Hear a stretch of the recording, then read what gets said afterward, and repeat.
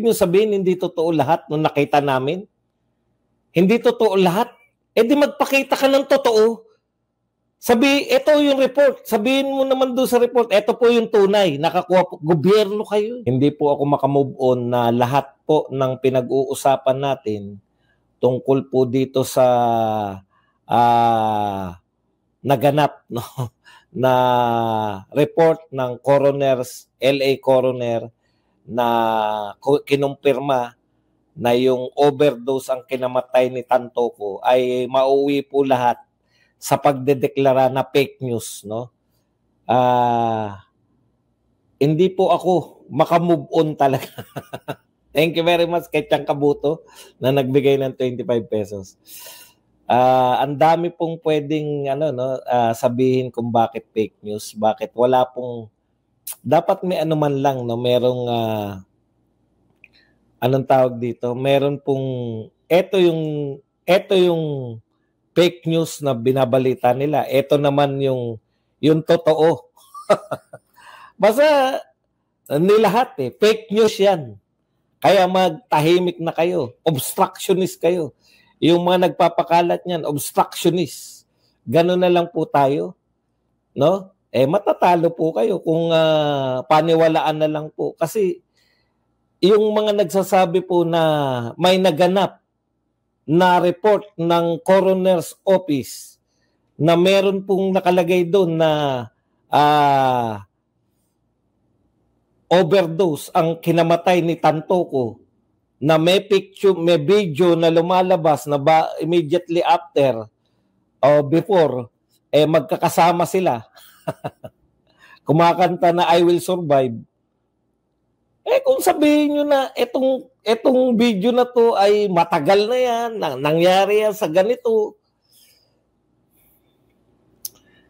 Yung report na yan ay pinatunayan na ng LA na yan ay fake news talaga, etc. etc. Kinakailangan po ng maliwanag na paliwanag. Hindi po pwedeng sabihin lang na fake news kasi yung mga nagpapakalat niyan, laging ganun ang dialogue. Fake news, may nagpapakalat, iniiba-iba nyo lang yung tawag. Troll muna, di ba? Troll, dati tawag nyo sa mga nagpapakalat, mga bayarang troll, o yung mga peking troll, mga fake news na troll. Ngayon, may bago na kayong tawag, obstructionist. Binibigyan nyo lang ng bagong tawag. Ibig nyo sabihin, hindi totoo lahat nung nakita namin? Hindi totoo lahat? Di magpakita ka ng totoo. Ito yung report. Sabihin mo naman doon sa report, ito po yung tunay. Nakakuha po. Gobyerno kayo. Gobyerno po yan. Kung yung mga pangkaraniwang vlogger nakakakuha ng mga report, bakit hindi kayo makakuha? Tapos nakalagay doon sa report na yun na hindi namatay dahil sa overdose. Maniniwala naman kami. Kaya naman namin magsuri. Kaso sasabihin nyo lang, sabi, ito report, may mga pirma pa, di ba? Nakikita natin, may mga pirma pa na namatay sa overdose. Tapos sasabihin nyo lang, sasabihin nyo lang na fake news kayo, obstructionist kayo, wala na kayong ginawa kundi manira. Lalo po kayo nasisiraan ng ganyan. Nasisiraan. Ewan ko kung ano nasisira sa inyo. Ang hirap pong tanggapin ng mga matitinong tao na lahat ng nakita namin. Kasi visual Nakita namin yung mga report, nakita namin may mga case number, nakita namin na may mga pirma. Tapos sasabihin lang lahat, fake news yan. Obstructionist kasi yan, mga yan. Nagpapakalat yan. Wala nang ginawa kundi manira. Totoo naman po yun. Pwede naman talagang wala nang ginawa kundi manira. Alam niyo kung bakit? Opposition nga kami. Yun talaga trabaho ng opposition, manira. Nung panahon ni Duterte, nung panahon po ni Duterte, marami rin naninira. Dahil trabaho nila yun. Opposition sila Ganun talaga.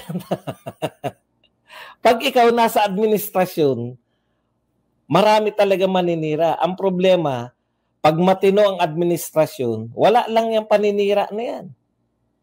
Di ba? Hindi iindahin yan na matinong administrasyon. Hindi mo kinakailangan magpakulong ng mga dating pangulo para ka, o hindi mo kinakailangan na sabihin na mag-take kami ng mga legal action sa mga obstructionist na nagpapakalat. Alam nyo, pasimplihin lang po natin, Attorney Claire, at lahat po ng mga supporter. Tuwan-tuwa pa kayo, no? Tuwan-tuwa pa kayo na isa sa mga nakadaop balad. Wala naman po nag-aakusa. Wala naman po nag-aakusa na si Lisa Marcos mismo yung saksak mo to. Wala naman pong ganun eh. Ang sinasabi po, ang kwento po ganito, di ba? Yung isa sa mga kasama niya, entourage, kasama niya roon sa Amerika, ay namatay sa overdose.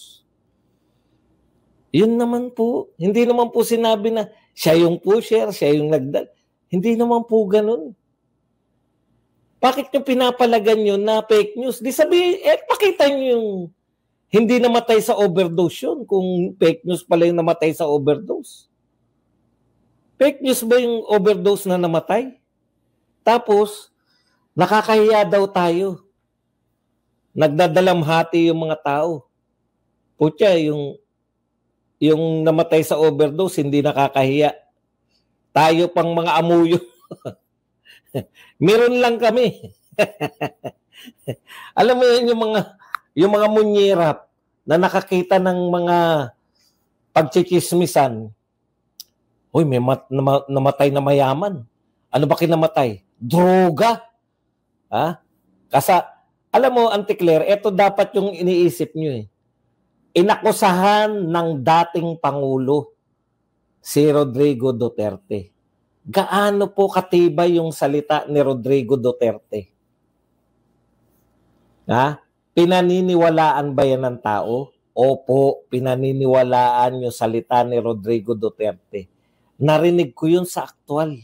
Nasa stage lang si Tatay Digong, narito ko, naka-live kami. Sabi ni Tatay Digong, mayroon tayong bangag na Pangulo. Inakusahan ni Senator Amy Marcos ang kanyang hipag na minsan daw dinalaw niya. May dugo-dugo pa rito. Pinahid lang daw, sinabi niya na dumudugo yung ilong. Pinahid lang daw, wala yan. Tapos food trip. May mga nag-aakusa sa inyo na may kinalaman sa droga yung amo mo. Hindi po kami yan. No, mga matitinong tao po yan, dati pong presidente. Tapos narinig namin kay Inday Sara Duterte na ang sinasabi nyo, ang sabi ni Vice President Inday Sara Duterte, tuwing mayroong anomalya, tuwing mayroong nasasangkot yung gobyernong ito, tuwing mayroong malaking issue, mayroon kayong ginagawa pang scapegoating. Di ba? May issue ng GAA. Yung mga blankong blanco fill in the blanks na budget. O anong ginawa nyo? Nagsampa kayo ng impeachment kay BP Sara.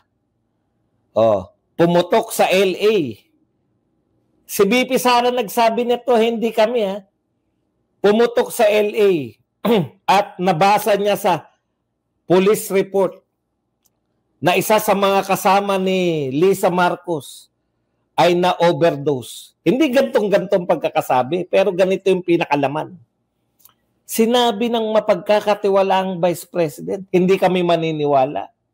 O ngayon, lumabas nga na meron nga na-overdose.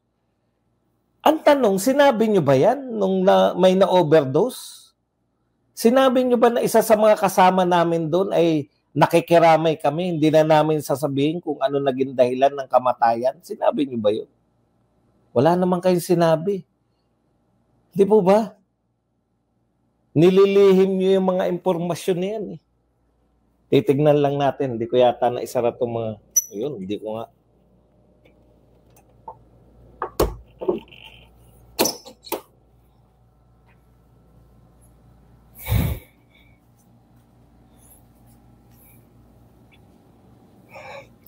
Tapos, kapanipaniwala ba yung sinasabi ni BP Sara? Lahat po na sinabi ni BP Sara, wala pa pong palpak eh. Di po ba? Lahat ng galing sa kanyang, nakuha niyang impormasyon, mula po nung una, napapatunayan nating unti-unti. Ang nangyari po, March 8 pa namatay si Paulo. Wala pong nagsasalita mula sa Malacanang, wala pong nagsasalita sa mga kasama niya. Ano pong nangyari? Hindi ba worthy yun na ibalita? Kasama niyo yan? May tatanggi ba nila na magkakasama sila? Hindi. Kaya nga ang sabi lang ni Gadon Buti pa nga si Gadon, hindi sinasabing fake news lang yan. Ang sinasabi lang ni Gadon, napaka-practical. Sabi ni Gadon, bakit yaya ba si Lisa Marcos ni Tantoco? Dapat ba alam ni Lisa Marcos ginagawa ni Tantoco? Yun, may pag-amin na magkakasama sila. May pag-amin na kasama talaga siya. Ngayon, dinideny nyo na yung entourage si Paulo Tantoco. Ngayon nyo dinideny na hindi siya kasama sa entourage. Ano yung mga picture?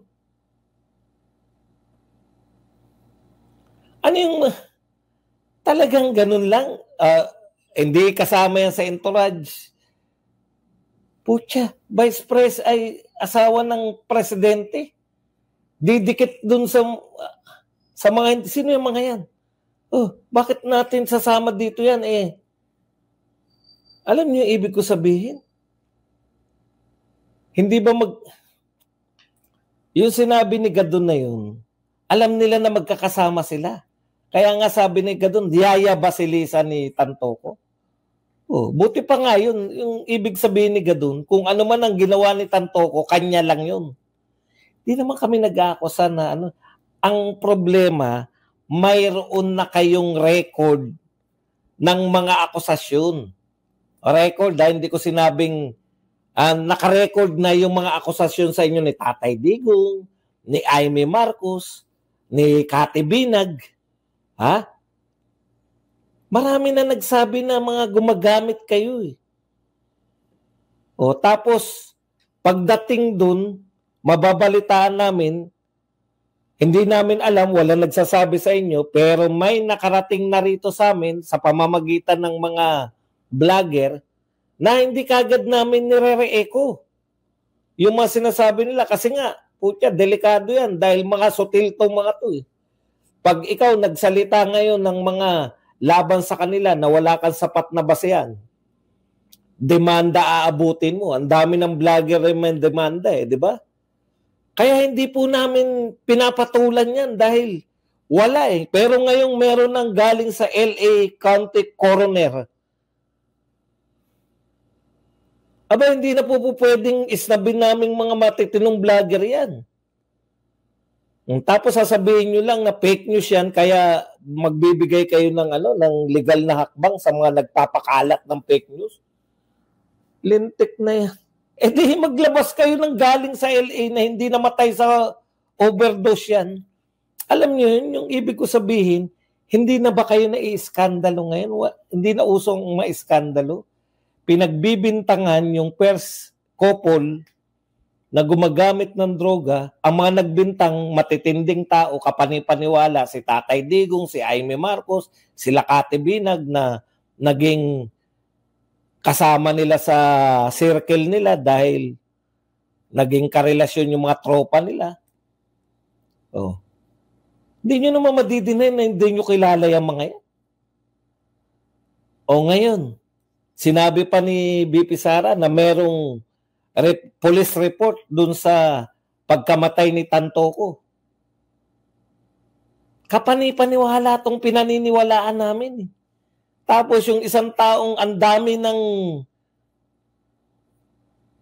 mga pinagsasabi na ewan, sasabihin niya lang na fake news. Hindi po pwede po yun.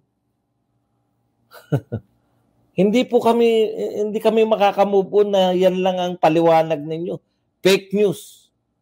Ganun lang? Tapos na? O si Madam ko, si dating Senador Cositing pa pala. Nicky Cositing, dating senador po yan.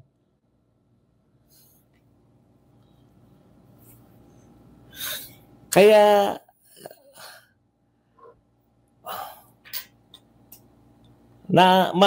mahirap po sa amin na maka-move on na ang tangi lang po. Aba, bakit sino ka ba?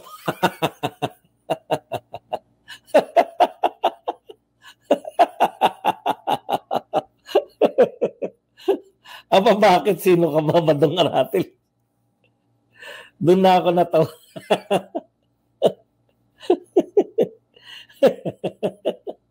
Alam nyo, sino ba? Alam mo, Potensyano. Ha? Ganito yan, Potensyano.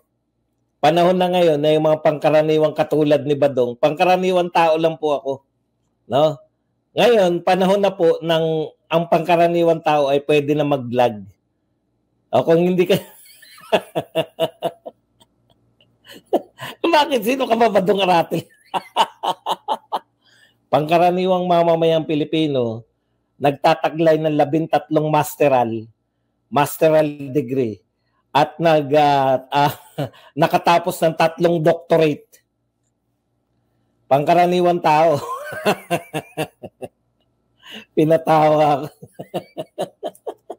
Sino ka ba? At ako po ay pinayagan ni YouTube na magsalita sa kanilang ano tawag dito sa platform. May platform po. Si YouTube. At ako po ay pinayagan. Kaya ang payo ko sa iyo, kaysa magtatatanong ka, kaysa pumapasok ka sa mga vlogger na ayaw mo, gumawa ka ng sarili mong vlog at tanungin mo sarili mo. Yun ang una mong topic. Sino ako? Ako si Potensyano. Pero sino talaga ako? Okay. Punta na po tayo sa ibang topic. Pwede nyo naman siyang sagutin. Huwag nyo na ilagay yung pangalan niya kasi sikat na siya. Tuwan-tuwa na siya. Ito po, naku, ano naman to? Anong tawag dito? Bago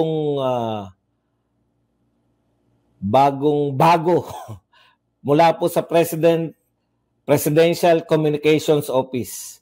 Bagong memorandum from the acting secretary. All undersecretaries, assistant secretaries, and directors, head of attached commission. Presidential Communications Office, courtesy resignation in the exigency of the service and in order to give the undersigned free hand to perform his duties and responsibilities. All incumbent undersecretaries, assistant secretaries, directors of the Presidential Communication Office and head are hereby directed to tender their unqualified courtesy resignation.